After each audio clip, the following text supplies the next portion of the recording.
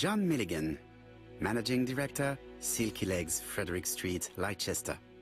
To A.B. Cust, Marbury's Guest House, 1935, May the 21st. Dear Sir, further to our letters dated 5th and 10th of the month, we confirm we are you as door-to-door salesman, according to the conditions stated in our previous letters.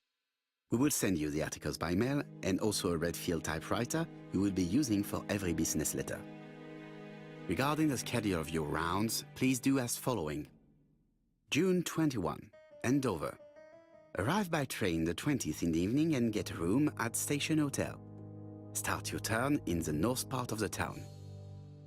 This letter establishes that Cust went to Andover, but the ink has hidden the destinations of his other trips.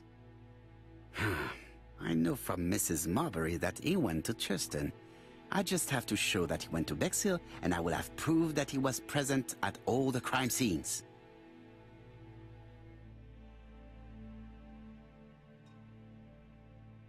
Did Cust drop it when he opened the window, or was it Mrs. Marbury while she was cleaning?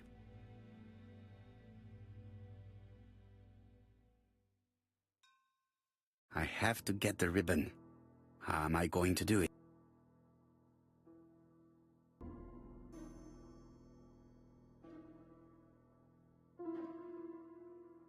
The right-hand heel has been removed.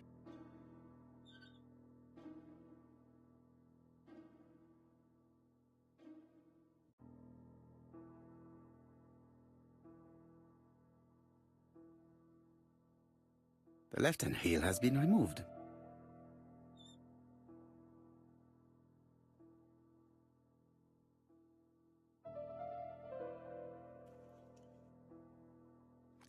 And here is the ribbon. Let us see if it was indeed used to write the letters sent by ABC. I only need the ink ribbon for my inquiry. I will let Jack clean the keyboard if he wishes.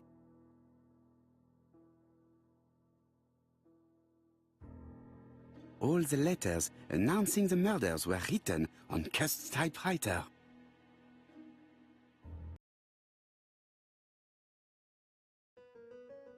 It's an ABC.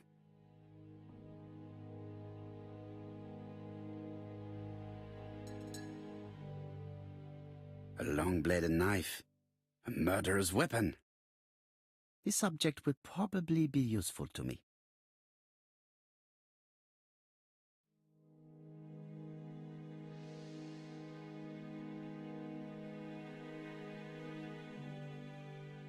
Cust is parsimonious. He keeps his pencils and sharpens them until there is nothing left. It is clear that he did not grow up in luxury.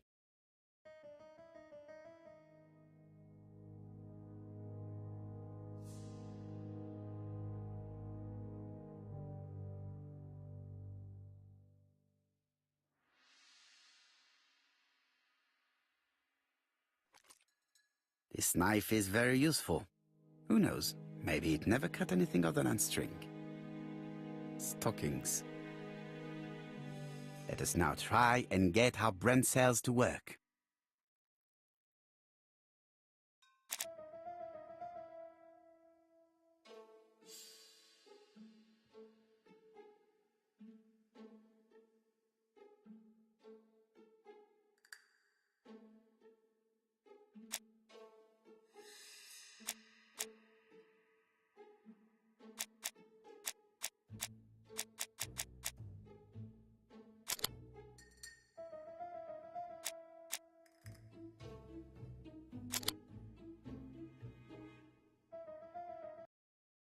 The register shows that Cust did not sleep at the guest house on the day of the murder.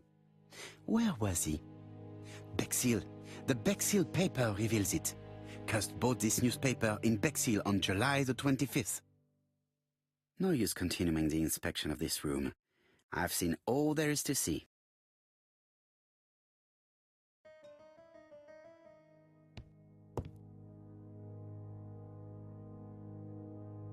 Goodbye, Mrs. Marbury.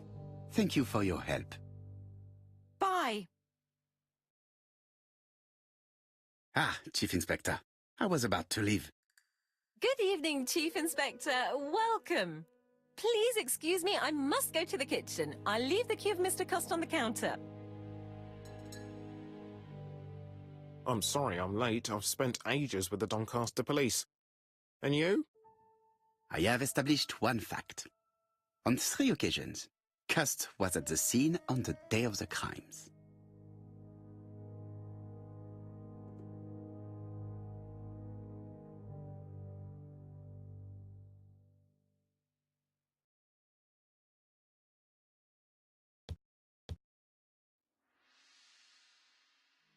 No more need to consult the register.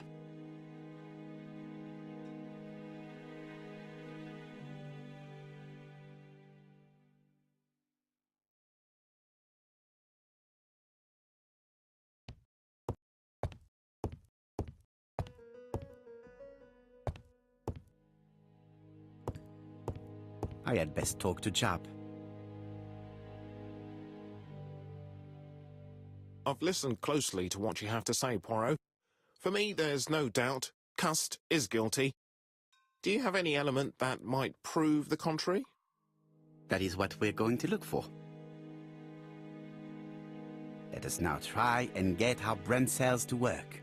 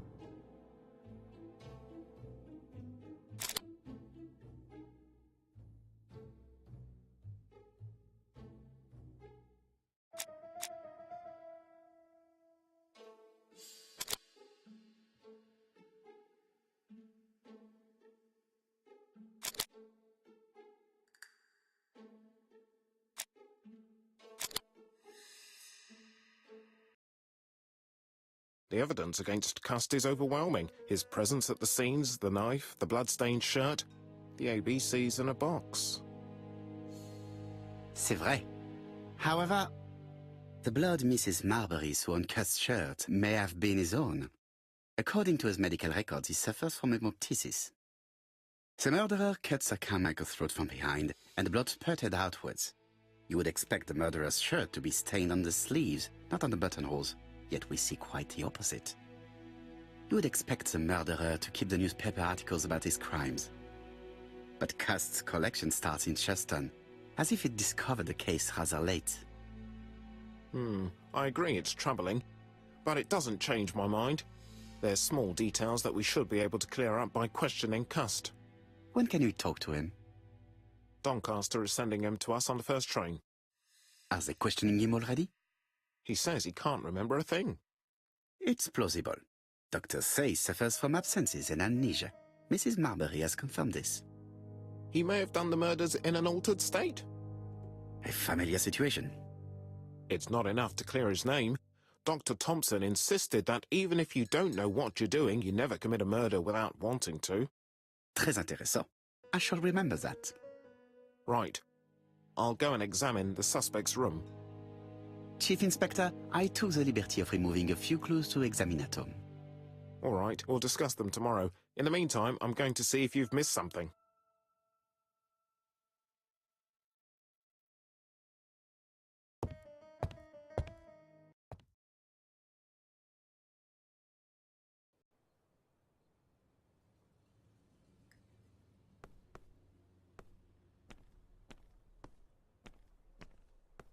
To Scotland Yard, please.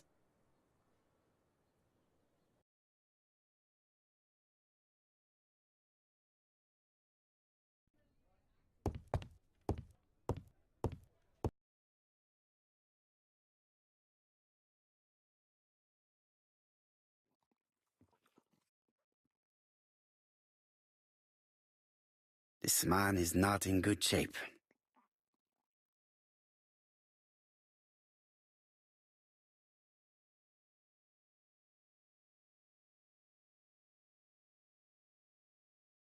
He is worried and very tired, and other police have been hard on him.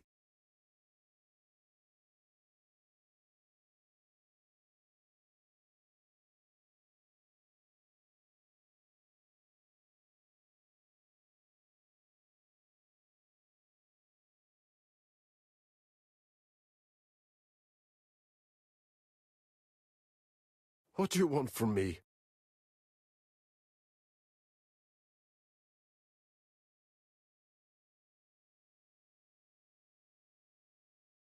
Good day, Mr. Cust. I am Hercule Poirot. Ah, you're the detective.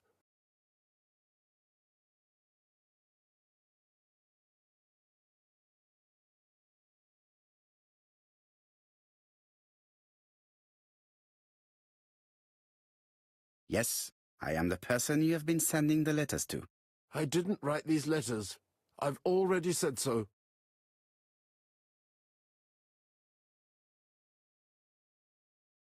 Très bien. You did not write these letters. But the question remains, who did? Probably one of my enemies. I have many.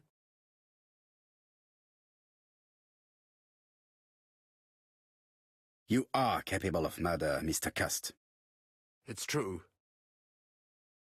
During the war.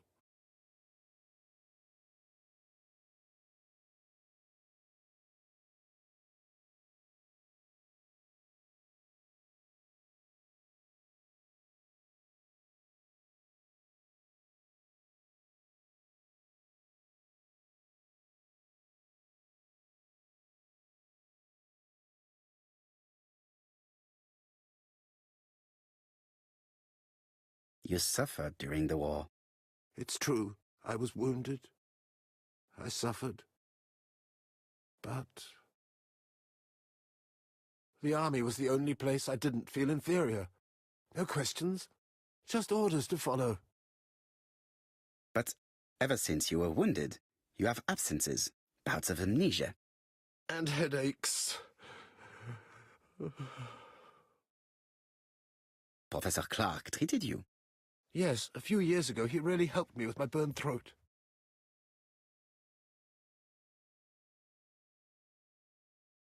But you killed him, as well as 2 other people.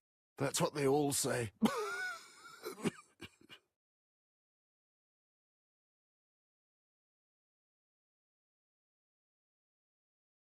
Do you deny being at the scene of the crimes? So? There was no harm in being there. It was only for my work. You were seen at all the crime scenes. Yes, I was. I travel a lot. But not for pleasure. I am terribly unwell in trains. But I had to respect my engagements. My employer gave me very precise written instructions about the towns I had to visit. Let's see. The company you claim to work for, Silky Legs, has never heard of you. And as for these letters they sent you, they were written on your own typewriter. The company sent me the typewriter when I started working for them. Yes, but the letters were received afterwards. So it would appear that you typed them before sending them to yourself. I don't remember. Good God! I don't know what's happening to me. My head hurts terribly.